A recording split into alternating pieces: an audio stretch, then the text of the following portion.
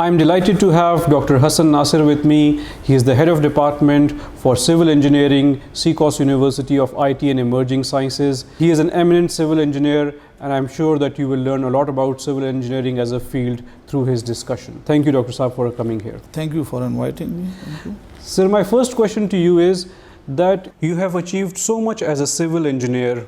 Tell us a little bit about your journey as a civil engineer. So I started my civil engineering in studies in UT Peshawar in 1988-89, Right. and that's almost like 30 years ago. Yes. And I completed my degree in 1993. So, mashallah. And then after that I worked in several construction companies, also in government setup. And then I went abroad and completed my Masters of Science and PhD in Civil Engineering. Yes. I went to University of Waterloo, Canada, from where I completed my Masters and PhD degrees. I also worked there for some time at the University of Waterloo. Then I went to Saudi Arabia and worked there in the university called King Abdulaziz University at Jeddah. Yes. I also almost worked there for 4 years. And then I came back to Pakistan and joined CCOS in July of 2018. So that my journey spreads almost, like you can say, 27, 28 years, in which I worked both in academia and in the industry.